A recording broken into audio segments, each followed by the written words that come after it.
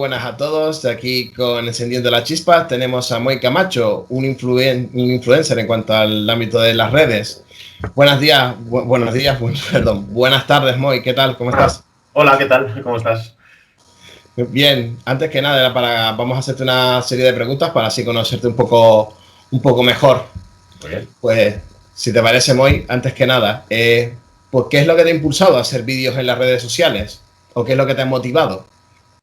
Esta es la pregunta del millón que sale en todas las entrevistas.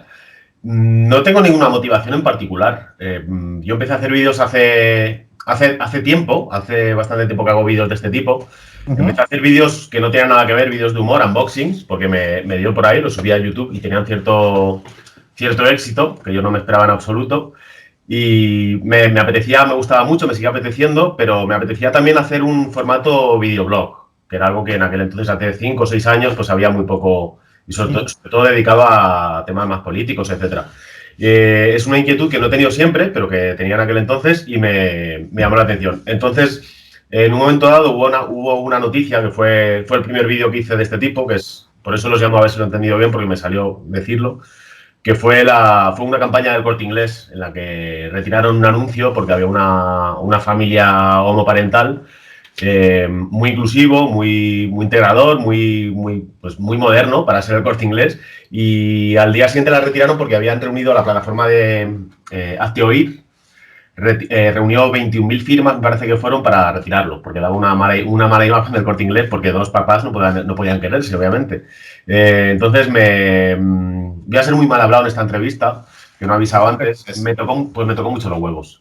Y según me los tocó, pues me escribí lo que pensaba en aquel momento, lo grabé, lo edité, quité los silencios y estas cosas y lo subí. Tuvo mucho éxito, de hecho tuvo 3 millones en los primeros 3 días, tuvo 3 millones en Facebook, ahora por 7 u 8 me parece. Y a la gente le gustó mucho, me sentí muy cómodo haciéndolo, que era algo que siempre había querido hacer, pero que tenía el miedo de dar el primer paso, y como me sentí muy cómodo y fue muy liberador el poder dar mi opinión, pues seguí haciéndolo. Tomé ese camino, había mucha gente a la que le gustó y que me animó, entonces pues seguí haciéndolo y hasta hoy, con más o menos regularidad, pero ahí sigo. Qué guay. Luego también, como desde hace varios años, han salido estudios y denuncias de que YouTube fomenta y da voz a vídeos con bulos de la extrema derecha. ¿Es sensacionalismo o hay un interés detrás? ¿Quién es el que fomenta? Te he perdido un momento. ¿Quién es el que fomenta, has dicho? Te lo vuelvo a repetir si quieres.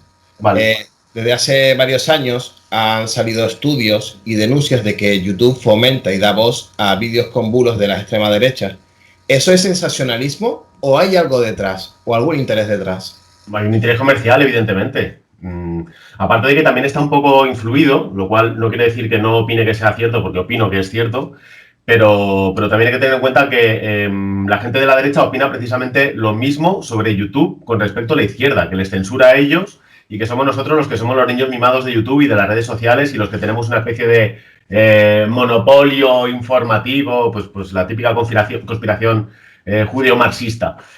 Pero yo particularmente sí me considero una persona bastante objetiva, aunque tenga mis opiniones, etcétera, y mis sesguitos, y creo que obviamente la derecha, sobre todo, vive mucho del tema ofender, del tema sublevar, provocar indignación, porque esto vende. De hecho, la campaña de Vox anterior a estas elecciones, en las últimas elecciones, igual que en el caso de Bolsonaro y de Trump, se ha basado básicamente en eso, en difundir bulos, porque son mucho más jugosos para las redes sociales, llámese YouTube, llámese Facebook, que cualquier otra cosa. Les da muchos minutos de visualización y de audiencia. Entonces, por supuesto que les interesa. Luego, de vez en cuando, fingen que lo controlan un poquito, pero no es así. Es decir, puramente comercial, por supuesto.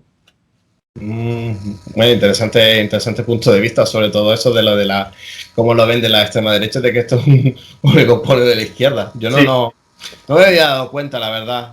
Cuando yo veía los contenidos yo veía que era otra cosa distinta.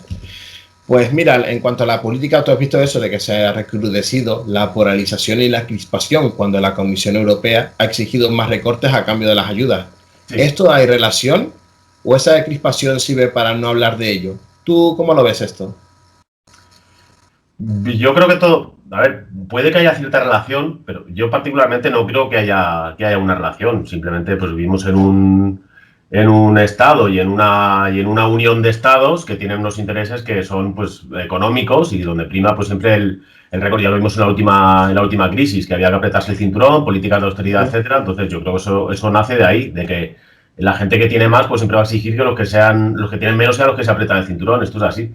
A la derecha le viene muy bien porque va muy en línea va muy en consonancia con lo que piensan y con sus ideales morales o inmorales, según creo yo. Entonces, no creo que tenga relación, pero lo cierto es que les beneficia mucho, por supuesto. Les viene muy bien. Y aparte, si no se habla de esto y se habla de, o sea, si se habla de esto y no se habla de otras cosas, pues mejor aún. Es un 2 por 1, es un combo exquisito. Wow. Pues mira, seguimos con las preguntas. Entonces, como tú sabes, esto de Ayuso sigue con su demagogia de campaña en cuanto a eso de comunismo o libertad.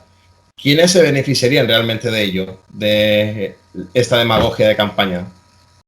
¿Quiénes se beneficiarían? Pues Ayuso, obviamente Ayuso y sus compinches. Hasta donde yo veo, Ayuso y sus compinches, claramente. Tenemos la cosa de siempre, de que los políticos siempre legislan más para quien debe legislar, que somos nosotros, que somos quienes le pagamos, más que para nosotros legislan para sus conocidos, sus entornos, para ellos mismos y sobre todo para quien le dé futuribles, para quien le asegure una jubilación cómoda en una empresa, en un consejo de administración, etcétera. Entonces, lo que hacen, que es me parece tan inteligente como miserable, es eso, es asegurarse un puestecito y a los demás nos pueden ir dando por saco. Entonces, ayuda a toda esta gente. Hace poco leía un artículo sobre el Hospital Zendal, en el cual decía que no sé si eran 70 y pico empresas privadas se habían beneficiado, que obviamente una empresa privada, pues si ofrece un servicio se tiene que beneficiar, lo hace por esto. Pero 70 y pico empresas, si no me equivoco, privadas se habían beneficiado de una forma brutal, casi todas, menos algunas que tenían presupuestos más modestos, pero se habían beneficiado de una forma brutal solamente por el Hospital Zendal, por lo que ha supuesto el negocio, el macronegocio del Hospital Zendal, de montarlo, de administrarlo, de subcontratar servicios, etcétera, etcétera. Entonces, por supuesto, se benefician los de siempre. Legislan para que se beneficien los de siempre, que son, pues, el paradigma de esto, el ejemplo perfecto es el último anuncio de reforma fiscal de Ayuso, que dijo que iba a bajar todavía más los impuestos, y el propio PP reconocía que esto le iba a beneficiar a 11.000 madrileños. Somos casi 7 millones, somos 6.600.000 madrileños, me parece. Legislar fiscalmente para beneficiar a 11.000 madrileños, pues yo creo que ni siquiera necesitan esconderse, o sea, lo dicen a las claras y a las bravas, y lo justo sería que les votaran 11.000 personas. Por desgracia, pues somos como somos y les votarán muchos más.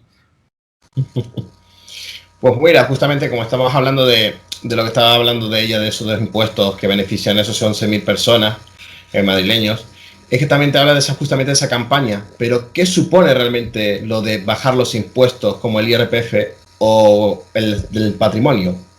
¿Qué es lo que supone realmente? ¿Qué consecuencias ocasionaría realmente? ¿Qué consecuencias crees que ocasionaría bajar los impuestos? Sí, en concreto el IRPF o el del patrimonio, porque es algo que están difundiendo mucho en estas elecciones. Sí, pues vaya por delante que no soy economista, no soy político, entonces todo lo que vuelco en tanto los vídeos como en las entrevistas siempre es mi opinión, que es la opinión de un señor de una educación muy básica, muy elemental, que se interesa por su cuenta en aprender cosas. Entonces vaya por delante esto, con lo cual no soy tocatedra, es una opinión. Dicho esto, yo creo que lo que se viene advirtiendo desde la izquierda, creo que casi todo es verdad, que es que básicamente va a beneficiar, lo que decíamos antes, a muy pocas personas, a muy poca gente, y va a perjudicar a mucha gente. Es decir, muchos más millones van a tener que arrimar el hombro para que otros estén todavía un poquito más holgados.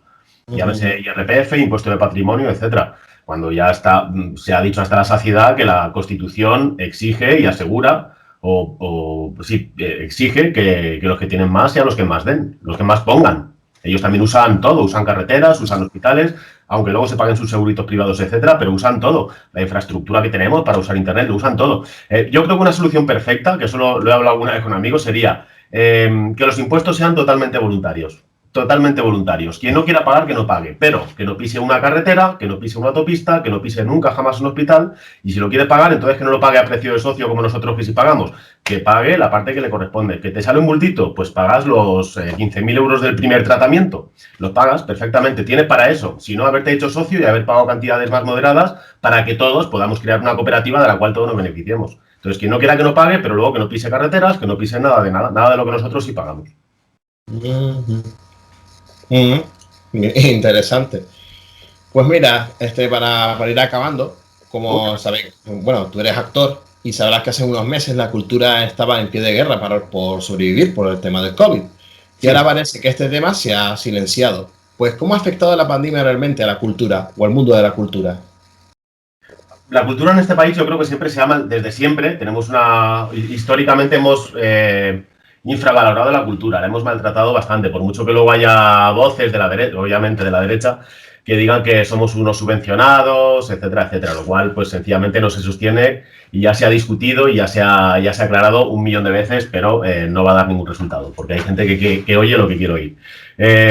Dicho esto, yo creo que ha afectado peor, ya era un sector bastante perjudicado, bastante mal regulado, aunque se han conseguido cosas en los últimos años, pero ha afectado bastante y una vez más pues ha llovido sobre mojado. Los actores, salió un estudio hace pocos años, me parece, que decía que un 93% de los actores no viven de su trabajo, y por vivir se refería a tener 18.000 euros brutos al año.